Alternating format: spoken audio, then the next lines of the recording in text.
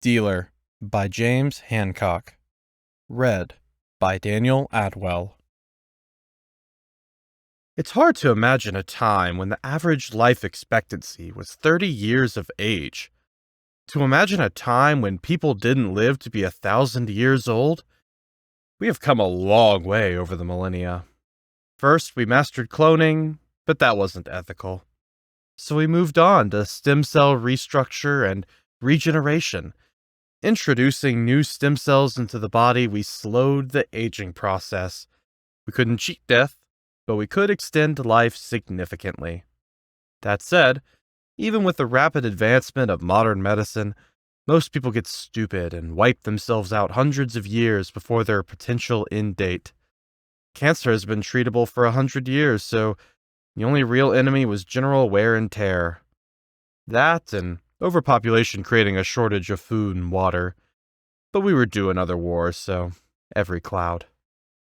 I was a freelancer who did business with the best. Millennium Medical. They had a facility in every city and offered their clients the guarantee of reaching the big 1,000. Small print covering accidental death and suicide. They were a $1 trillion company, and thanks to them, I was earning $88,000 each month. By the end of today, I'd be on $90,000. I entered through the electronic revolving door of the Millennium Medical Building, made my way through the grand lobby and into one of several elevators. I was welcomed with a smile from an elevator girl. That's what we called them, but I assumed they had a more flattering title. Her role was to look pretty, make you feel welcome, and press the buttons for you. One of the many attractive, yet forgettable, employees. I hadn't seen her before. New? I asked. Second week, she replied. Perfect white teeth, rosy red lips, long blonde hair, and bright green eyes. Oh, those eyes. 14, I said, and she pressed the button with all the grace expected. She held that jaw-aching smile right up to the ping, and as the door opens, delivered her rehearsed line of dialogue. Have a nice day! I'd been to the 14th floor dozens of times, and as always, Denise was sat behind a row of 3 flat-screen monitors at the reception desk, pretty as ever. She oozed business and glamour and could make formal look informal. She greeted me with a warm smile. Glamour and hospitality were key ingredients for the company image, but sometimes there can be too many smiles. A sickening amount. Good morning, Jim. She had a way of saying it, which made you feel the day was special. Good morning, I replied, trying to match her upbeat tone. Denise knew the drill.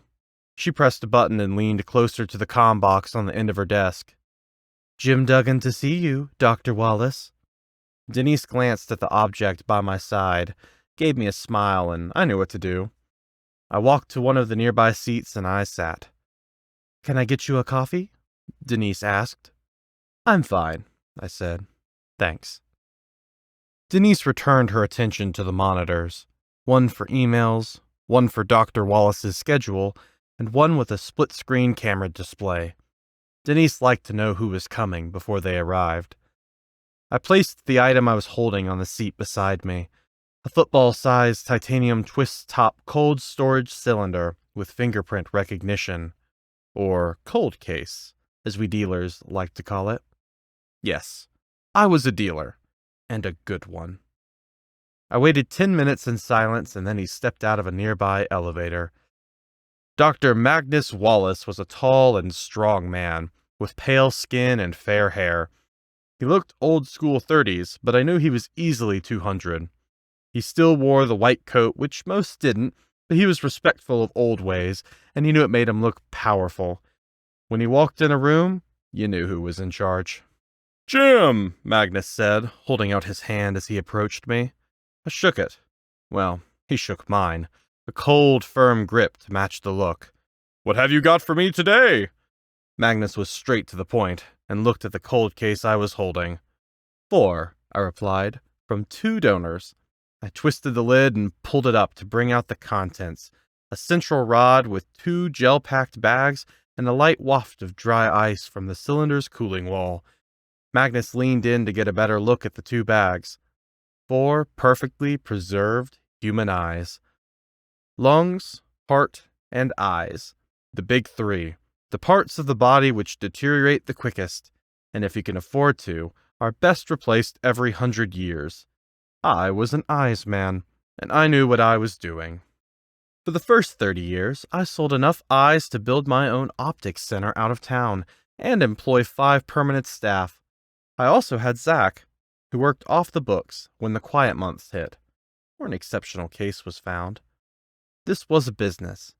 Zach was an important part of it, and there was good money to be made.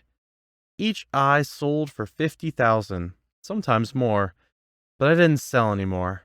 Hiring them on a long-term basis was how I operated. $500 per month, per eye. With people living as long as they did, it was the smart play. Some people donated an eye if they needed the money, and hoped that finances might turn in their favor later so they could buy a new one back. Some people left their eyes to a loved one. Organs had become quite the inheritance gift. Some people gained power of attorney over a less fortunate and struck deals to better their life at the expense of others. Coma victims would have their eyes hired out whilst they were comatose, and some people met with a collector like Zach. The last few months had been quiet, so I paid Zach, and by the end of the week he had 4 eyes for me. I knew the missing persons list was on the rise, but with overpopulation the way it was, maybe things were best this way. We were doing our bit to help with the food shortage problem. "I'll get these checked out and you can fill in the details with Denise," Magnus said, paying me no attention. He was still visually inspecting the eyes. They were good, and he knew it. He also knew not to ask where I got them. "Hiring these out as normal or selling this time?" he added. I knew he had clients who preferred to buy. He had to ask. "For hire." I pushed and twisted the lid shut and passed the cold case to Magnus. We shook hands. Another happy customer.